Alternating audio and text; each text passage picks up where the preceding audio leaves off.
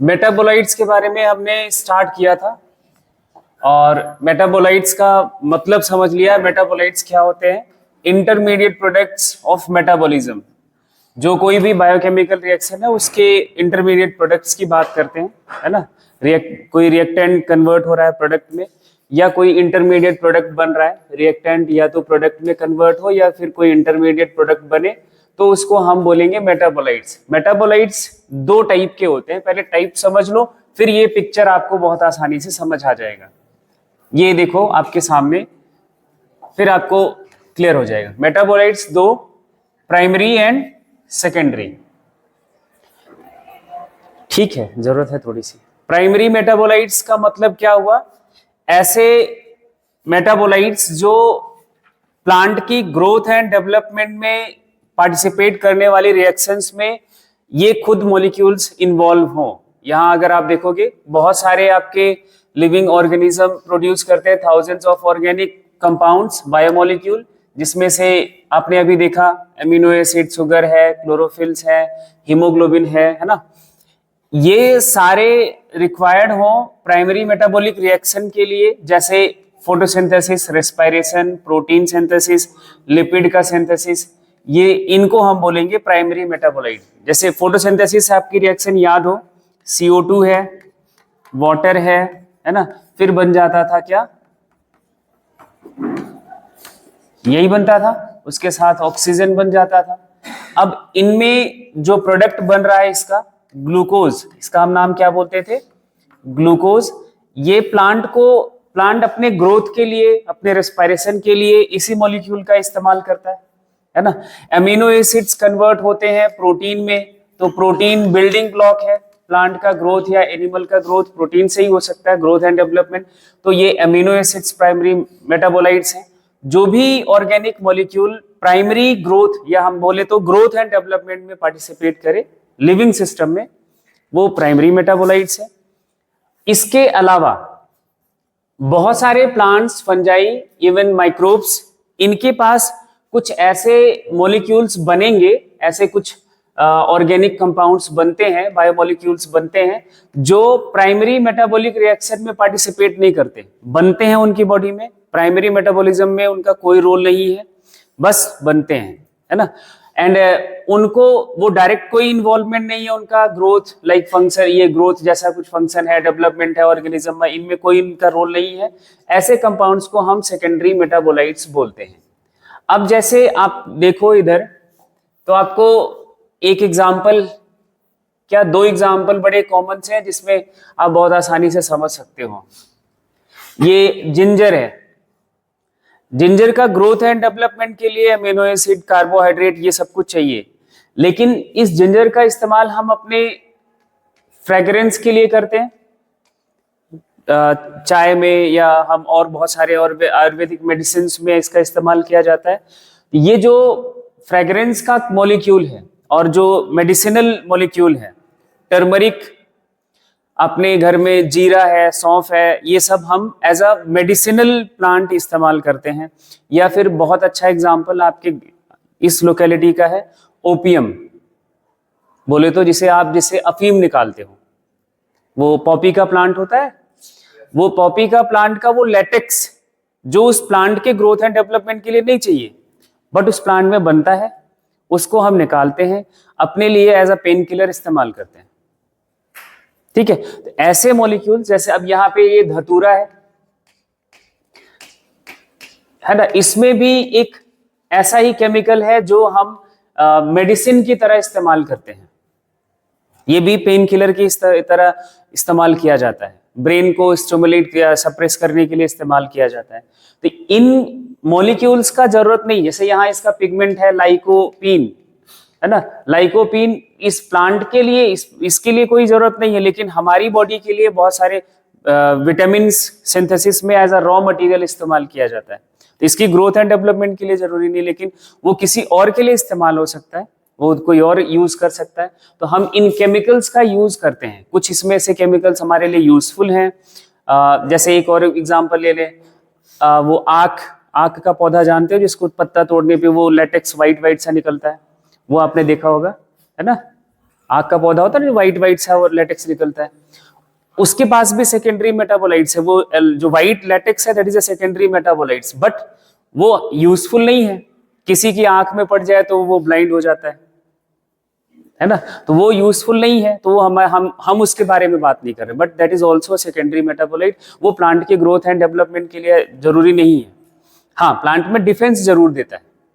उस secondary metabolites की वजह से उस प्लांट को कोई हर्बीवोर्स खाता नहीं है, that makes them poisonous and distasteful. ये प्लांट का एडोप्टेशन है भाई, अपने आप को बचाना है आपको, तो कुछ तो आप डिफेंस मैकेनिज्म लाओगे, तो वो खुद को बचाने का उनका डिफेंस मैकेनिज्म है। तो ये प्राइमरी ग्रोथ और डेवलपमेंट में जो मॉलिक्यूल नहीं पार्टिसिपेट करता वो हमारे क्या कह जाएंगे, सेकेंडरी मेटाबोलाइट्स। अब उसके बाद देखो, प्राइमरी मेटाबोलाइट्स हैव आइडेंटिफिएबल या रिकॉग्नाइजेबल फंक्शंस। ये हमें पता है उनका क्या फंक्शन है, प्रोटीन है तो क्या, कार्बोहाइड्रेट है तो क्या, फैट है तो क्या, इनका सबका फंक्शन पता है। बट जो सेकेंडरी मेटाबोलाइट्स है इनके फंक्शन हमें अभी बहुत ज्यादा नहीं पता है। द फंक्शन और role of secondary metabolite in host organism are not understood. ये बहुत ज्यादा इनके बारे में नॉलेज नहीं है, हाँ कुछ हम जानते हैं। However many of them are useful to human welfare. इनमें से यही सेकेंडरी मेटाबोलाइट जो प्लांट्स या माइक्रोब्स या एनिमल्स में बनते हैं, उनमें से बहुत सारे हैं जो हमारे लिए अच्छे हैं ह्यूमन के लिए, तो हम उसका इस्तेमाल करते हैं। जैसे कुछ नाम है, रबर है ना, ड्रग्स। अब ये ड्रग्स का मतलब वो ड्रग्स नहीं समझना है भाई जो आपके दिमाग में चल रहा है ना, दैट इज अ नेचुरल, ये एक्चुअल पूरा वर्ड होता है इसका natural drugs. Natural drugs, natural drugs आप जैसे आज के टाइम पे एलोपैथिक मेडिसिन या फॉर्मूला बेस्ड मेडिसिन यूज करते हो, लाइक दैट आयुर्वेदा, होम्योपैथ इन्हीं पर बेस्ड काम करता है, ठीक है। तो कुछ आपके घर में, सबके घर में है स्पाइसेस, टर्मरिक से लेकर आप बहुत तरह के स्पाइसेस इस्तेमाल करते हो। सेंट, हाँ दैट इज ऑल्सो स्पाइस है ना, वो लीफ भी इस्तेमाल करते हैं, जीरा, हींग, ये बहुत सारे तरह के spices. India is the country of spices, ऐसे ही इंडिया का नाम इसी वजह से अंग्रेज इतनी इज्जत करते हैं, ठीक है। तो सेंट का आपको तो पता ही है, एक कितनी बड़ी इंडस्ट्री है परफ्यूम की। अब वो तो आर्टिफिशियल पे आ गया, बाकी क्या पूछता है आपको, पिगमेंट्स में नाम दिया है जैसे कैरोटीनॉइड्स, एंथोसाइनिन, ये कौन सा, आपको ये नाम दे देगा, बताओ सेकेंडरी पिगमेंट कौन, सेकेंडरी मेटाबोलाइट्स कौन से, इनमें से कोई नाम दे दिया जाएगा। उसमें से या तो पहचानना होगा कि सेकेंडरी मेटाबोलाइट्स कौन है, या फिर जैसे आपको नाम दे दिया कि कोई रबर, तो वो किस कैटेगरी का सेकेंडरी मेटाबोलाइट है। वो पॉलीमेरिक सब्सटेंसेस हैं। ड्रग्स में जैसे विनब्लास्टिन है, क्यूरक्यूमिन है और लेक्टिन्स हैं, है ना। टॉक्सिन में एब्रिन है, रिसिन है। Essential oil, lemon grass oil, कितने लोग इसे जितने भी आपके एसिड इनसॉल्युबल फ्रैक्शन थे, बोले तो रिटेंटेट, कौन सा था, रिटेंटेट। फिल्ट्रेट क्या था, एसिड सॉल्युबल होता है, ठीक है। इस एसिड इनसॉल्युबल को 4 ग्रुप्स में डिवाइड किया जाता है। ये ऑर्गेनिक कंपाउंड्स हैं जो 4 ग्रुप्स में हम क्लासिफाई करते हैं। पहला प्रोटीन, दूसरा न्यूक्लिक एसिड, तीसरा पॉलीसैकेराइड एंड लिपिड। इस एसिड सॉल्युबल इनसॉल्युबल को हम क्या बोलते थे, क्या बोलते थे, मैक्रो मॉलिक्यूल्स। ये एक्चुअली क्या है, मैक्रो मॉलिक्यूल्स हैं। माइक्रो मॉलिक्यूल्स कहां था, फिल्ट्रेट में था। कहां था, फिल्ट्रेट में था।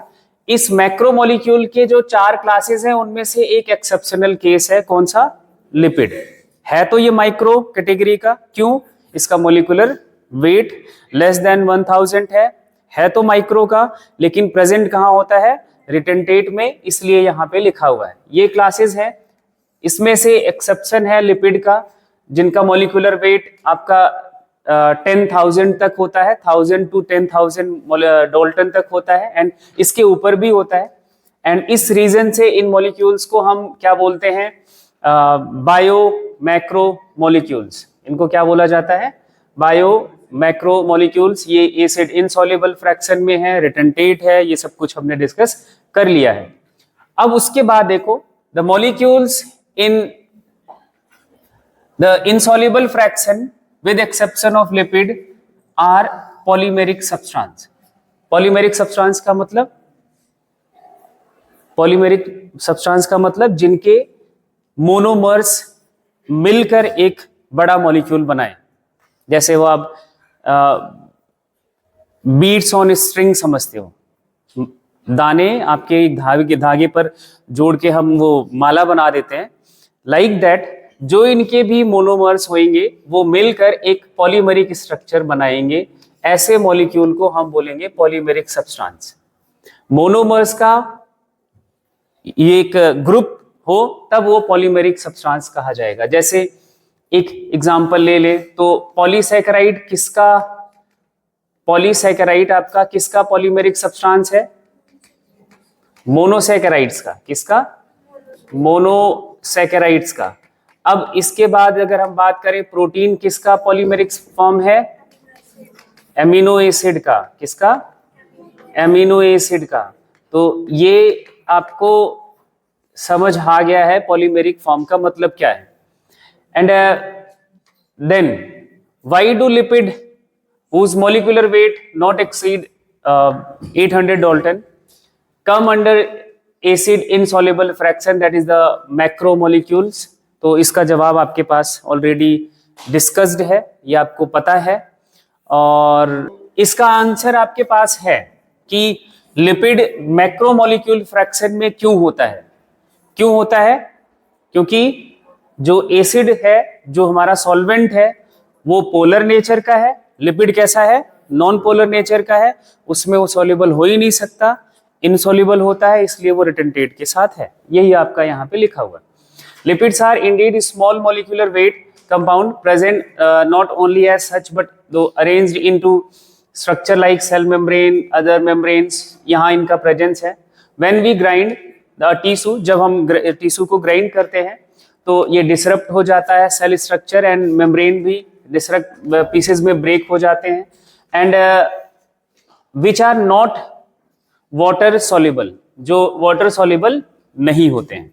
जब वाटर सॉल्युबल नहीं है तो कहाँ हो जाएंगे? उनको रिटेंटेट में ही रहना पड़ेगा, फिल्ट्रेट में नहीं जा सकते। Therefore these membrane fragments form a vesicle, get separated along with the acid insoluble pool and hence in the macromolecule fraction, molecular fraction. Lipid को हम स्ट्रिक्टली क्या बोलेंगे? ये गलत वर्ड लिखा है, ये क्या बोलोगे? स्ट्रिक्टली क्या है? अच्छा नॉट है, तब ठीक है, तब ठीक है। नॉट स्ट्रिक्टली तो आपका ये हो गया मैक्रोमोलिक्यूल ही नहीं है। ये कभी नहीं बोलना है कि ये मैक्रोमोलिक्यूल है। एक्चुअली लिपिड क्या हुआ? Micromolecule. Acid soluble pool represents रफली साइटोप्लाज्मिक कॉम्पोजिशन, ये हमने पहले ही देख लिया। एसिड सॉल्युबल जो पोर्शन बनाता है वो साइटोप्लाज्मिक कॉम्पोजिशन को रिप्रेजेंट करता है, और जो रिटेंटेट है, इनसॉल्युबल फ्रैक्शन है, ये आपके और जो केमिकल्स हैं और जो पार्ट है, या जो बोले तो पॉलीमेरिक फॉर्म में जो कंपाउंड्स हैं, उनको रिप्रेजेंट करता है। एंड ये आपको एस एनालिसिस वाली बात में क्लियर हो गया था। Water is the most abundant chemical in living organism. ये बात आपका जब फ्रेश वेट और ड्राई वेट में डिफरेंस देखा था तभी पता हो गया था। अब ये रहे मॉलिक्यूल्स का प्रोपोर्शन कितना लिविंग सेल में होता है। सेल का ये एक कॉम्पोजिशन है, एवरेज कॉम्पोजिशन है। सबसे ज्यादा क्या होता है? 70 to 90% वाटर है। आपकी बॉडी में भी यही प्रोपोर्शन है, ठीक है। प्रोटीन 10 से 15%, सेकेंड अबंडेंट मॉलिक्यूल है। थर्ड अबंडेंट मॉलिक्यूल कौन सा है? कार्बोहाइड्रेट, हाँ न्यूक्लिक एसिड 5 to 7%, और उसके बाद कार्बोहाइड्रेट, फिर लिपिड, और सबसे कम आयंस। अब इनमें से एक बात बहुत अच्छे से क्लियर कर लो, जो प्रोटीन जो एनर्जी प्रोड्यूसिंग मॉलिक्यूल्स हैं, जो हमारे सेल्स को एनर्जी दे सकते हैं, वो कौन कौन से हैं? कार्बोहाइड्रेट कौन है? कार्बोहाइड्रेट, फिर फैट, फिर प्रोटीन। ये मैं सीक्वेंस में लिख रहा हूं कैसे यूज होता है। सबसे पहले सेल कार्बोहाइड्रेट का, फिर फैट का, फिर सबसे लास्ट में प्रोटीन का। अब कॉम्पोजिशन वाइज देखो तो कार्बोहाइड्रेट आपका 3%, लिपिड की बात करें तो 2%, प्रोटीन की बात करें तो 10 से 15%। ठीक है, मेनली हमें इन दोनों को कंपेयर करना है। एक्चुअली मुझे इन दोनों को कंपेयर करना है, वो आपको अंडरस्टूड थोड़ा सा आ जाएगा दिमाग में। बॉडी में जरूरत किसकी ज्यादा है? कार्बोहाइड्रेट की। बॉडी बोले तो सेल को ज्यादा जरूरत कार्बोहाइड्रेट की है, फैट की उतनी नहीं है ना। लेकिन जो हमारा फूड है उसके कॉम्पोजिशन में अगर आप झांक के देखो, ध्यान से सोच के देखो, जो हम कुछ खा रहे होते हैं उसमें इसका जस्ट उल्टा ये सीक्वेंस बनता है। कार्बोहाइड्रेट एंड सबसे कम होता है, जबकि नेचुरल कॉम्पोजिशन वाइज क्या सीक्वेंस होना चाहिए आपके फूड में? सबसे ज्यादा प्रोटीन, फिर कार्बोहाइड्रेट, फिर और हम जो फूड हमारा हैबिट है वो ये लेके बैठा है। इन ड्राई वेट, इधर बस शांत हो जाओ। In dry weight of an animal cell protein forms, dry weight बोले तो वाटर गया, अगर फ्रेश वेट है तो सबसे ज्यादा 70 to 90% आपका वाटर है। और जब आपने इस वाटर को हटा दिया तो सबसे ज्यादा अगर कोई सेल में है तो वो कौन है? प्रोटीन। इसीलिए प्रोटीन को बोला जाता है building block of the living system. ठीक है, इन dry weight of a plant carbohydrate forms 80% part. देखो ये भी बहुत इंटरेस्टिंग बात है, समझने की जरूरत है। Because plant cell wall is made up of cellulose. Cell wall cellulose से ही बना है, और कोई प्लांट सेल है तो सेल्यूलोज तो होगा ही होगा, सेल वॉल तो हो गई, सेल्यूलोज है। तो कार्बोहाइड्रेट कितना बनाता है प्रोपोर्शन? 80%। अब ये मत हो जाना खुश कि ये 80% हमारे लिए है। हाँ, सेल्यूलोज को ह्यूमन डाइजेस्ट नहीं कर सकता, ह्यूमन के बॉडी में इसका डाइजेशन नहीं होता। हाँ, सेलुलोज के लिए, सेलुलोज को डाइजेस्ट करने के लिए हमारे पास एंजाइम्स नहीं हैं। हर्बीवोर्स इसको डाइजेस्ट कर सकते हैं। कौन कर सकता है? हर्बीवोर्स। हर्बीवोर्स बोले तो गाय, भैंस, बकरी, ऊंट, है ना। ठीक है, ये आपका इसको डाइजेस्ट कर सकते हैं। उनके लिए प्लांट्स को, इसीलिए देखो वो घास फूस, वो प्लांट्स के सॉफ्ट पार्ट को ही खाते हैं। पत्ता मिल गया, कोई स्टेम मिल गया जो सॉफ्ट है वो खा लिया, क्योंकि उनके पास है एंजाइम। हम पालक इसलिए खाते हैं। हाँ, ये भी एक अच्छा सवाल है। ग्रीन वेजिटेबल्स हमें सेलुलोज, कार्बोहाइड्रेट नहीं देता। ग्रीन वेजिटेबल्स के लिए आपको ये बचपन से सिखाया गया है, green vegetables are the provider of minerals, vitamins. Human being के लिए आयरन, मिनरल्स में सारा कुछ आ गया। ठीक है, तो ये ह्यूमन के लिए वो मिनरल एंड विटामिन के सप्लायर है, ना कि कार्बोहाइड्रेट के लिए। ये जो कार्बोहाइड्रेट प्लांट हमें देते हैं, नो डाउट हमें भी कार्बोहाइड्रेट प्लांट ही देते हैं, बट वो कार्बोहाइड्रेट ऐसा होना चाहिए। और ये होता है stored carbohydrate in plant body. जो कार्बोहाइड्रेट प्लांट स्टोर करता है वो स्टार्च के फॉर्म में स्टोर करता है। किस फॉर्म में? स्टार्च के फॉर्म में स्टोर करता है। इसलिए जो भी हम कुछ सोर्स ऑफ कार्बोहाइड्रेट खाते हैं वो storage organ of the plant खाते हैं। ग्रेन्स, पोटैटो ट्यूबर, आलू नहीं खाती। फ्रूट्स जो मीठे हैं वो तो डायरेक्ट स्टार्च नहीं, तो वो डायरेक्ट आपको ग्लूकोज, फ्रक्टोज देते हैं। जो आपको स्टोर्ड ऑर्गन खाते हो, जैसे सारे जितने भी सीरियल्स हैं, सीरियल्स बोलते तो समझ रहा है, गेहूं, चावल, मक्का, बाजरा, ये सब कुछ सारे सीरियल्स हैं, और यही हमारे मेन सप्लायर हैं कार्बोहाइड्रेट के, क्योंकि ये सब कुछ स्टोर्ड ऑर्गन है प्लांट का। इसमें एक प्लांट ने जो कार्बोहाइड्रेट स्टोर करा है वो किस फॉर्म में स्टोर करा है, स्टार्च के फॉर्म में, और स्टार्च को डाइजेस्ट करने के लिए तुम्हारे पास डाइजेस्टिव एंजाइम है, इसलिए इसको ठूस रहे हो, नहीं तो वो गाय की तरह तुम भी घास चर रहे होते ऐसे ऐसे।